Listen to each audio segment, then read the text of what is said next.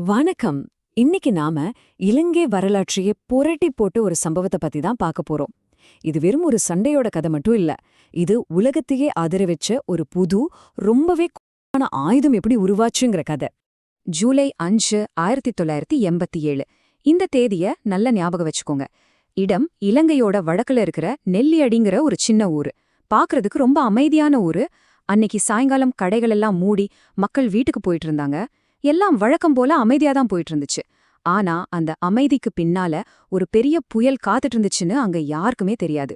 அங்க கேம்ப் போட்டிருந்த இலங்கை ராணுவ வீரர்கள் என்ன நினைச்சாங்கன்னா, அந்த ஏரியா மொத்தம் தம்ம கண்ட்ரோல்ல வந்துருச்சு, எல்லாம் சேஃப் அப்படின்னு முழுசா நம்புனாங்க. ஆனா அவங்க நினைச்சது தப்பு. அவங்க செஞ்சது ஒரு பெரிய தப்பு. சரி, வாங்க இந்த சம்பவத்தை பத்தி இன்னும் ஆழமா பார்க்கலாம். நாம பார்க்க போறது நெல்லியடி சமர். இலங்கை உள்நாட்டுப் போரோட போக்கையே மாத்தி அமைச்ச ஒரு முக்கியமான சண்டை இது. கொஞ்ச வாரத்துக்கு முன்னாடி தான் வடமராட்சி நடவடிக்கை மூலமா ராணுவம் நெல்லியடி பகுதியை கைப்பற்றி இருந்துச்சு. அதுக்கப்புறமா அங்க இருந்த நெல்லியடி மத்திய கல்லூரியில ஒரு டெம்பரரி கேம்ப் போட்டிருந்தாங்க. எல்லாம் முடிஞ்சது, இனிமே எல்லாம் அமைதிதான்னு அவங்க நினைச்சிட்டு இருந்தாங்க. இந்த சண்டையில ரெண்டு பக்கமும் யார் இருந்தாங்கன்னு பாருங்க. ஒரு பக்கம் கிட்டத்தட்ட 150 இலங்கை ராணுவ வீரர்கள், இன்னொரு பக்கம் வெறும் 50 புலி போராளிகள். ஆனா ரிசல்ட் ரொம்ப விசித்திரமா இருந்துச்சு. புலிகளுக்கு அது ஒரு தந்திரோபாய வெற்றி, அதாவது அந்த நேரத்துல அவங்க ஜெயிச்சாங்க. ஆனா ராணுவத்துக்கு இது ஒரு மூலோபாய வெற்றி, அதாவது நீண்ட காலத்துல அவங்களுக்கு வேற மாதிரி சாதகமா அமைஞ்சுது. எப்படின்னு கேக்குறீங்களா? வாங்க பார்க்கலாம். நைட் ஒரு 8 மணி இருக்கும். திடீர்னு அந்த கேம்பை சுத்தி மார்ட்டர்களும் ராக்கெட்டுகளும் விழ ஆரம்பிச்சது. ஆனா அதெல்லாம் சும்மா கவனத்தை திசை திருப்புறதுக்கு தான். உண்மையான தாக்குதல் அப்போதான் ஆரம்பிச்சுது. வெடிமருந்து நிறைச்சு 2 லாரிங்க மின்னல் வேகத்துல அந்த கேம்பை நோக்கி பாஞ்சு வந்தது.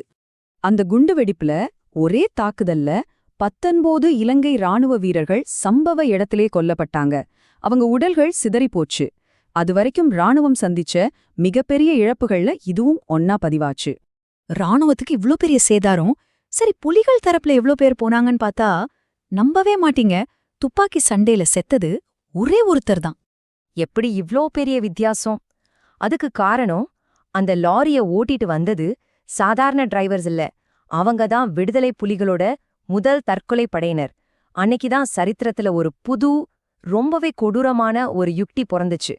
சரி, எதுக்கு இப்படி ஒரு கொடூரமான வழியை கையில் எடுக்கணும்? ஒரு ராணுவ தாக்குதல் ஏன் இந்த அளவுக்கு தீவிரமாகணும்?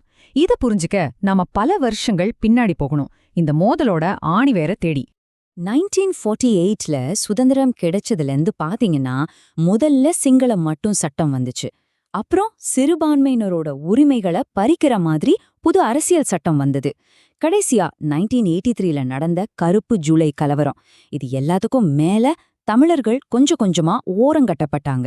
இந்த சம்பவங்கள் எல்லாம் ஒரு தலைமுறை இளைஞர்கள் மனசுல பெரிய கோவத்தையும் விரக்தியும் உருவாக்கிச்சு. இத பத்தி அறிஞர் நீரா விக்ரமசிங்க ரொம்ப அழகா சொல்லிருக்காங்க. அதாவது, அரசாங்கமே நம்மள பாதுகாக்காதுன்னு மக்கள் நினைக்க ஆரம்பிக்கும்போது அவங்க பாதுகாப்புக்கு வேற வழிய தேட ஆரம்பிப்பாங்க. அந்த இடத்த தான் விடுதலை புலிகள் மாதிரியான ஆயுதக் குழுக்கள் வந்து நிரப்புனாங்க. சரி, இந்த தற்கொலை தாக்குதல் யுக்தி ஏன் உருவாச்சுங்கிறதுக்கு 2 முக்கியமான கருத்துக்கள் இருக்கு.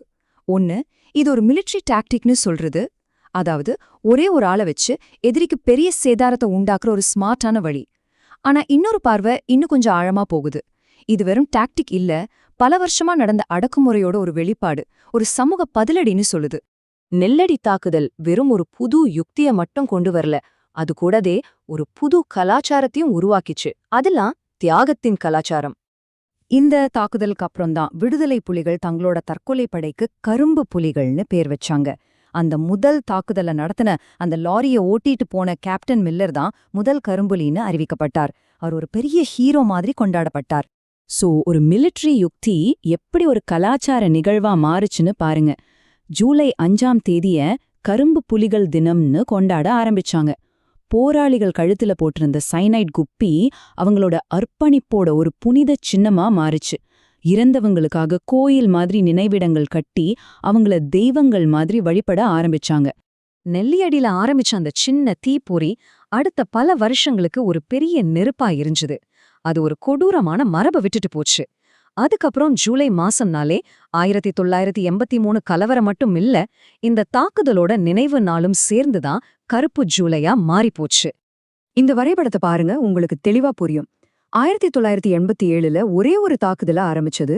அடுத்த சில வருஷங்கள்ல, குறிப்பா 90களின் நடுப்பகுதியில, அப்புறம் 2000களின் ஆரம்பத்துல எல்லாம் எப்படி நூத்துக்கணக்கான தாக்குதல்களா மாறியிருக்குன்னு பாருங்க. சோ, நெல்லியடிங்கிறது ஒரு ஆரம்பம்தான். அப்போ நாம இதுல இருந்து புரிஞ்சுக்க வேண்டியது என்னன்னா, நெல்லியடி சண்டைங்கிறது வெறும் எண்களோ வெறும் சரித்திரமோ இல்ல, அது ஒரு எச்சரிக்கை.